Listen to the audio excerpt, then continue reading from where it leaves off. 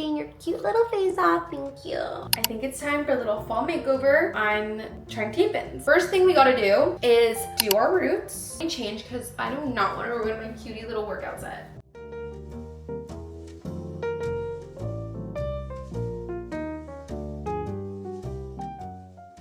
Just sectioned off my hair, and I prefer to always just apply dye to the quadrants like that. I just feel like it makes it easier to manage. Notice that my lower layers are a lot darker, and that's because I applied the color last. So for that reason, always apply color to the quadrants, and then I'll get into the front and work my way down. I get a lot of questions on my brows for some reason.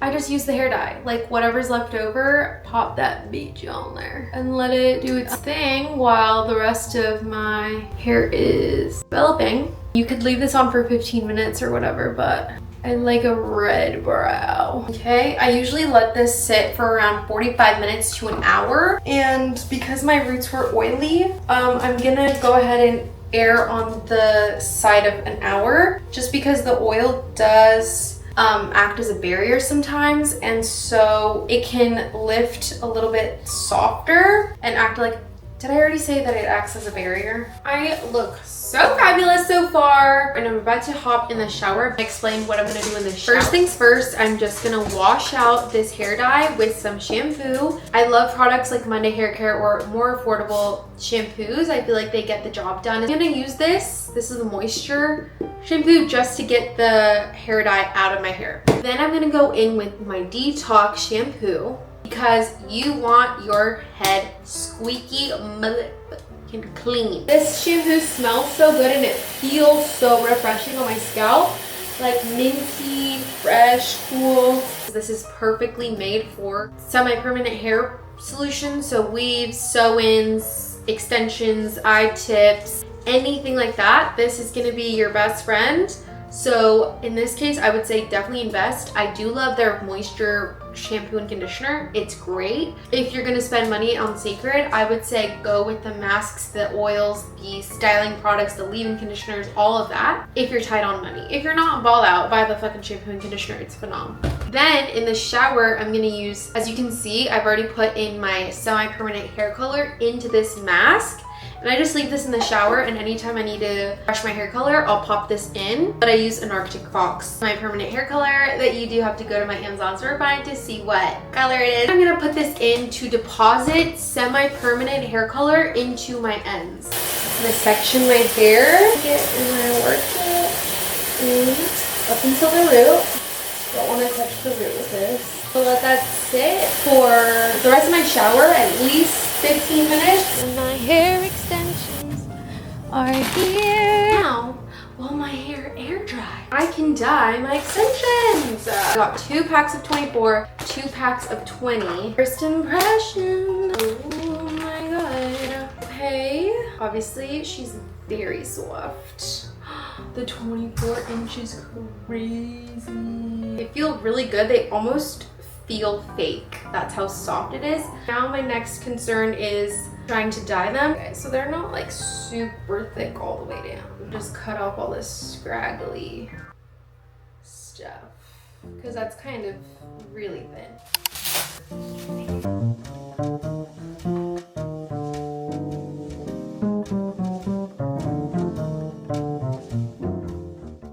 I don't know what's happening. Okay, it's hours later. I don't know if you can tell, I'm really tired. My lazy eye is coming out. My hair is dry, and now I'm gonna straighten it. My camera's at 5%, so when she dies, she dies. She's clocked out for the day. She's working pro bono today. And I'm finishing up the last little bit of color extensions. I did kind of go lazy on the last couple bundles, so I had to redo them. And that is why when you half-ass something, you gotta do it twice. There's a better quote somewhere. Morning. It's the next day. Let my extensions air dry overnight, and I just finished blow drying them a little bit. So here are my 24s and my 20s. Excuse the everything. Clearly we've got a mission. Me trying to learn while I'm also teaching you guys is so on brand, because I'm like, I'm a know-it-all for sure. You're gonna section your hair in half. Section off two quadrants. I'm also just gonna section it off halfway up too. 2 fingers from the perimeter, 2 fingers from the bottom. Obviously gonna take 2 tape-ins because 2 will be 1. I'm just gonna take the tape, pop it in here without sticking it on and just flipping it over to see if I can see that tape. And I can, so I'm just gonna go up a little bit more. I'm gonna take your hair and do it 2 fingers in. So you're pretty much gonna be right up against this part. You want to have a space of at least a pinky in between each tape-in. So put like a pinky in that part, and that's how close you can make it to the part. I'm gonna place mine right there. You also don't want to place it right up on your scalp. Down, like if this is your hair, you don't want it right at the scalp. You want it down a little bit. Maybe the rat tail method is not gonna work for me because I pulled way too hard for that. All right, so then you have half of your sandwich on. She's feeling good. We're gonna lift it up and it should have the perfect amount of hair attached. That's like on there and not too low. So boom, first tape down. I'm gonna do the same on the other side. I'm not gonna talk. My camera's gonna die. I love this.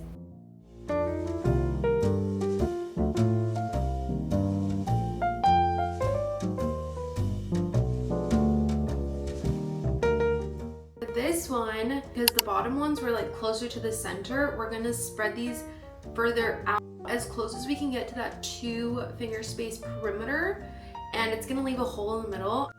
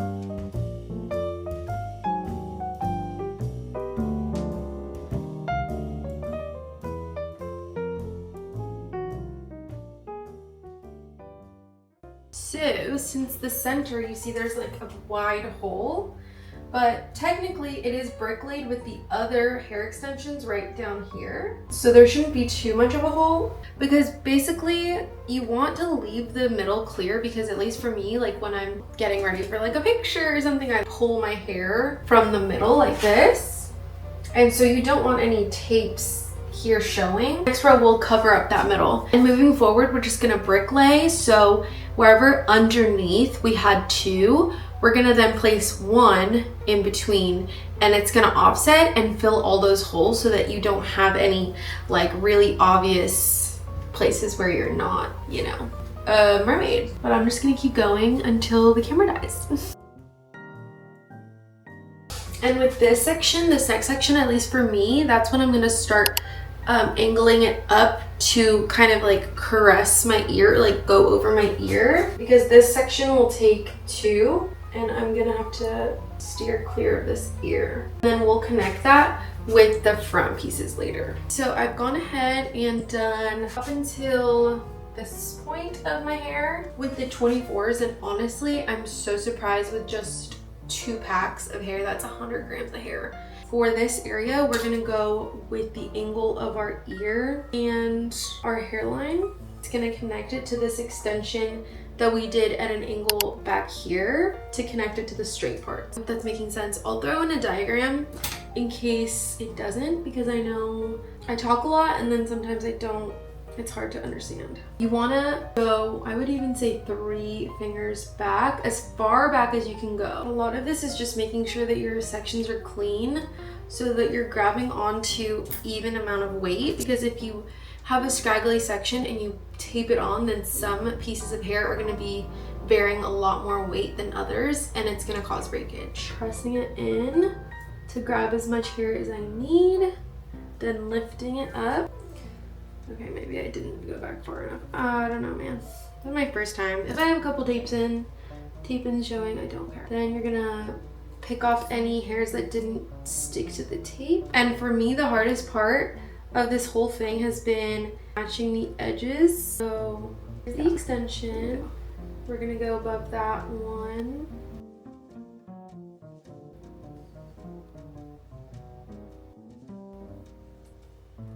Probably could have left a little bit. And for the next ones, we can go horizontal actually. I'm actually gonna start making a back section based on where I put this tape in. So for the previous section, I left a part in the middle. The one before, there was a piece in the middle. So for this one, I'm gonna put one in the middle. That's like the continuing the bricklay method. But I'm just gonna put all the tops first and then lift the section and apply the bottom. End up using a full 4 packs, which was perfect. Since the last one I did one in the middle, this one I'm gonna put off to the side. And it's perfect because I kind of have like a little bit of a cowlick in the back where my hair tends to part towards the middle. So I'm actually gonna place these a little bit further apart than I normally would. You can kind of see right here where normally my cowlick would end. So I'm gonna place it far. That way I don't chance it showing. Also, my camera's literally 10% warning me, but I'll come back for the haircut of it all. If you simply just want to connect and blend your natural hair with the length, start by cutting off any length of the hair that you want to take off. Then you're going to take vertical sections starting from the crown of your head all the way down to the nape of your neck, 1 inch wide, and start sliding the scissors from your shortest layer down to the length of the extensions. And that's just going to offer a subtle blending. It's not going to really give you layers or any stylized haircut.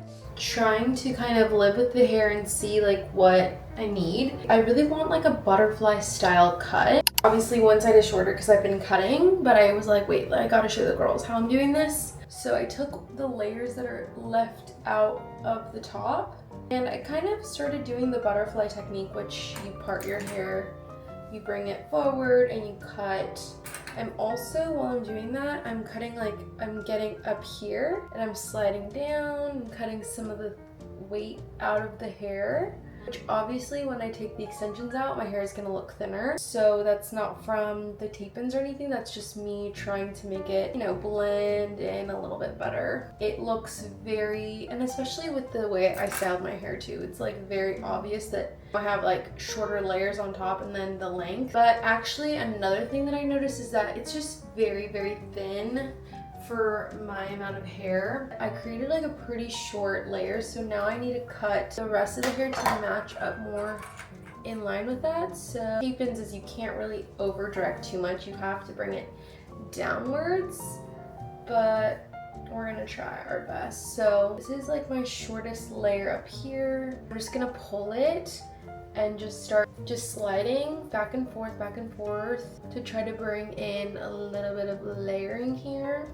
And what this is gonna do is that when I blow my hair out, it's gonna like really nicely frame and follow short ones here. You know, like that little wispy butterfly effect, which is really cute. So you can already see that forming a little bit better. Then I'm just gonna pull out some more wefts and keep connecting. And so unfortunately, the shorter your hair is, the harder it is to connect to really, really long hair. So that is why I did have to cut off some length, but it's fine because it's really thin and scraggly compared to my natural hair, right? So I'm pulling in a little bit more hair from the bottom here. You see how there's a huge disconnect from this short or this longest part to this longest part.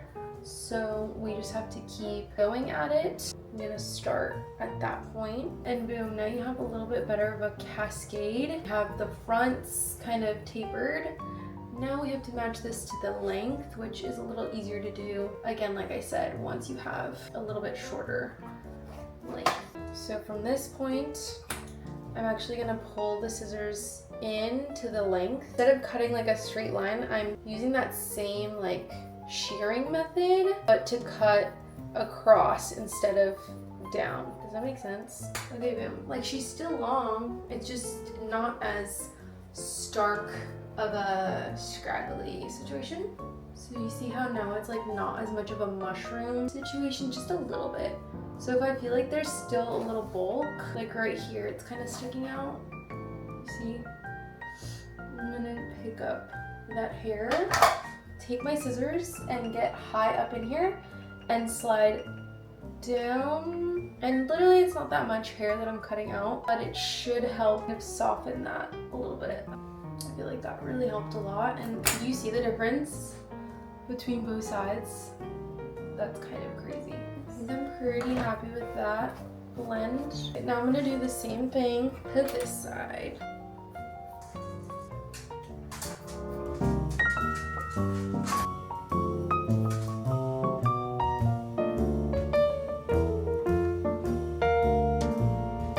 Are you ready for the final result?